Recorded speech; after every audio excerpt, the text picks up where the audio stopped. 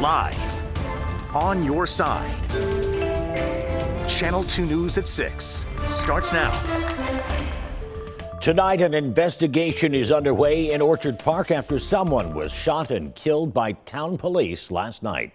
I'm Dave McKinley. Orchard Park's police chief provided few details at a news conference about an hour and a half ago this afternoon. 2 on your side's Alyssa Clausell is live in Orchard Park with what we know now. Alyssa? Hey, Dave, as you said, few details provided in that press conference just a few hours ago here in Orchard Park. But here is what we do know as of right now. Police say they received a call late Friday evening with reports of a man armed with a gun and a knife at Hawthorne and Poplar here in Orchard Park. They say shots from officers were fired after the man advanced towards the officers despite warnings. Here's what the police chief confirmed about the incident just a couple hours ago. I can confirm that when officers arrived, the male was armed with a knife, and officers gave clear commands to the male that were disregarded. He advanced at the officers and was a clear threat to the officers when he was shot. Officers also provided a photo of the knife involved in the incident, and the 2 officers involved are currently on administrative leave as this investigation continues. Now, as of right now, no identities have been released of the officers or the man involved in the shooting. And in going around the neighborhood and speaking with neighbors today, I can say it was a traumatic incident for many people involved. They say many people have not gotten sleep since police cleared that area around 2 a.m. We'll be sure to keep up with the latest details on this investigation as it develops. Live and on your side in Orchard Park, Alyssa Clausell, Channel 2 News. Meanwhile, Buffalo police say a 36-year-old man was rushed to the hospital with non-life-threatening injuries after being shot last night. Police were called to the 100 block of Humber Avenue near ECMC, but are still investigating if the shooting actually took place there or somewhere else. Anyone with information is asked to call the Buffalo Police confidential tip line at the number on your screen. A 43-year-old man was seriously hurt after being struck by a hit-and-run driver while riding his bicycle in Niagara Falls. Police say it happened just after 8:30 last night at the intersection of 22nd Street and Willow Avenue. Police are still looking for the suspect in their car. Anyone with information is asked to call Niagara Falls Police. 1 home was destroyed, 2 others damaged after an early morning fire on Grace Street in Buffalo's Black Rock neighborhood. Firefighters responded just after 5:30 this morning. The home where the fire started, about a block from Hurdle Avenue, was vacant, but the 2 others were occupied. No one was hurt, but 6 people are now being assisted by the Red Cross. The total damage is estimated at $600,000. And a barn in the town of Cambria is a total loss after it caught fire this morning. The Niagara County Sheriff's Office says it started just before 11:30 on Comstock Road. Officials say no one was hurt and all livestock was able to escape safely. The Niagara County Fire Investigation Unit is looking into a cause. Days before he was set to stand trial, Amherst businessman and Democratic Party insider Hormoz Munsari admitted to fraudulently obtaining COVID relief funds. Here he is leaving federal court Friday after pleading guilty to charges of conspiracy to commit bank and wire fraud along with a count of bank fraud. And he'll have to pay roughly $5 million in forfeitures, restitution, and fines.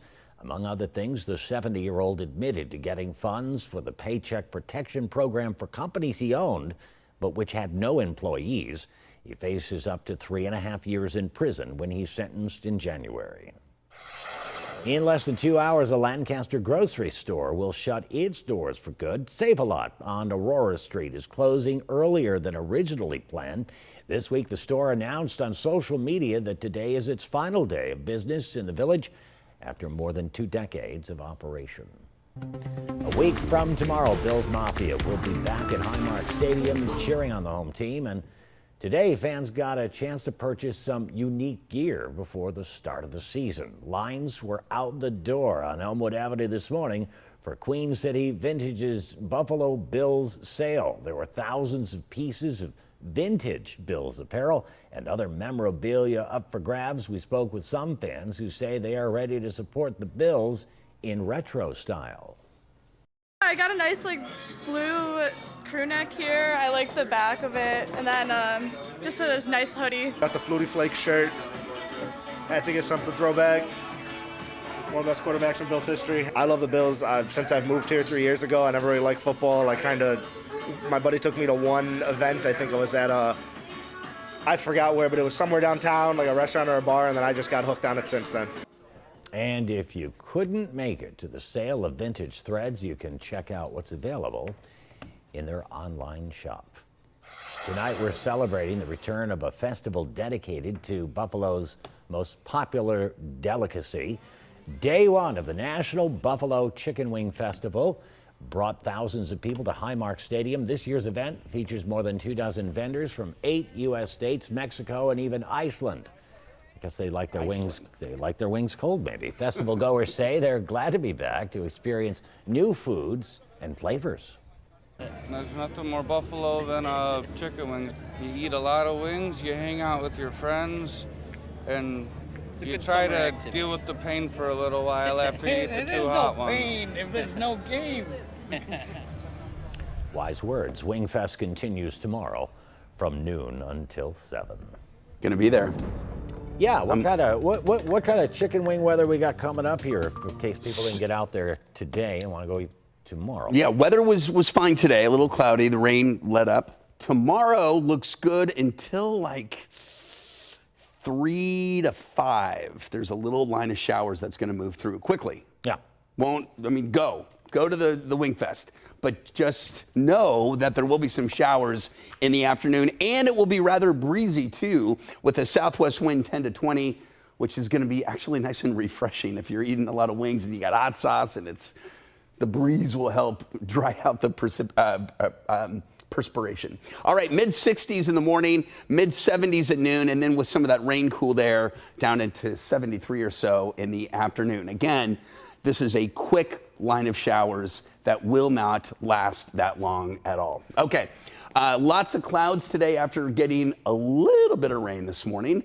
We had some heavier rain right around sunrise, and then we had a few showers after that. And then most of the activity is now pushed to the east, where we do have some rain and thunderstorms moving through the Finger Lakes.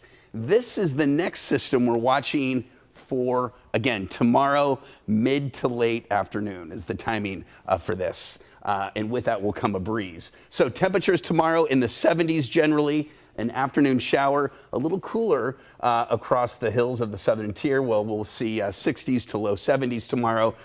A shower or two possible here as well. But again, the best chance of rain will probably be Erie County and points north tomorrow, mid to late afternoon. All right, future look shows a quiet night tonight. Temperatures dropping into the 60s. Tomorrow morning, we wake up to sunshine, but watch what happens. We'll see this line of showers approaching 1:30, 2 o'clock, moving through Niagara County into Buffalo and Orchard Park for the Wingfest. And there could be a quick little downpour here. Again, it won't last long. It quickly pushes south, and then behind it, temperatures will cool a little bit with some of that rain cool there, as I mentioned.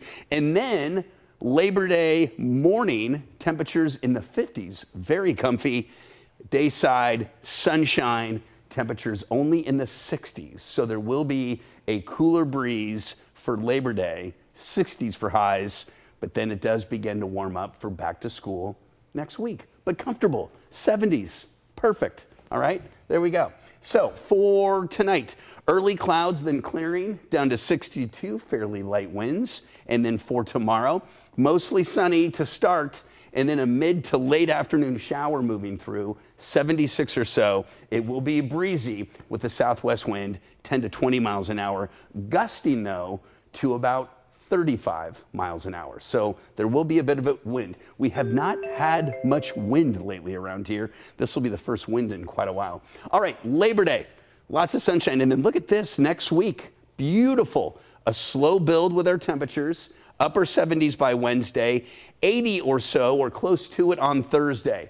Then we're watching another system for late next week, and to start the weekend, there is a chance of showers Friday and Saturday. It's a slow-moving kind of cutoff low that's going to bring us some unsettled weather to end the week, Friday and Saturday, which begs the question, what about Bill Sunday?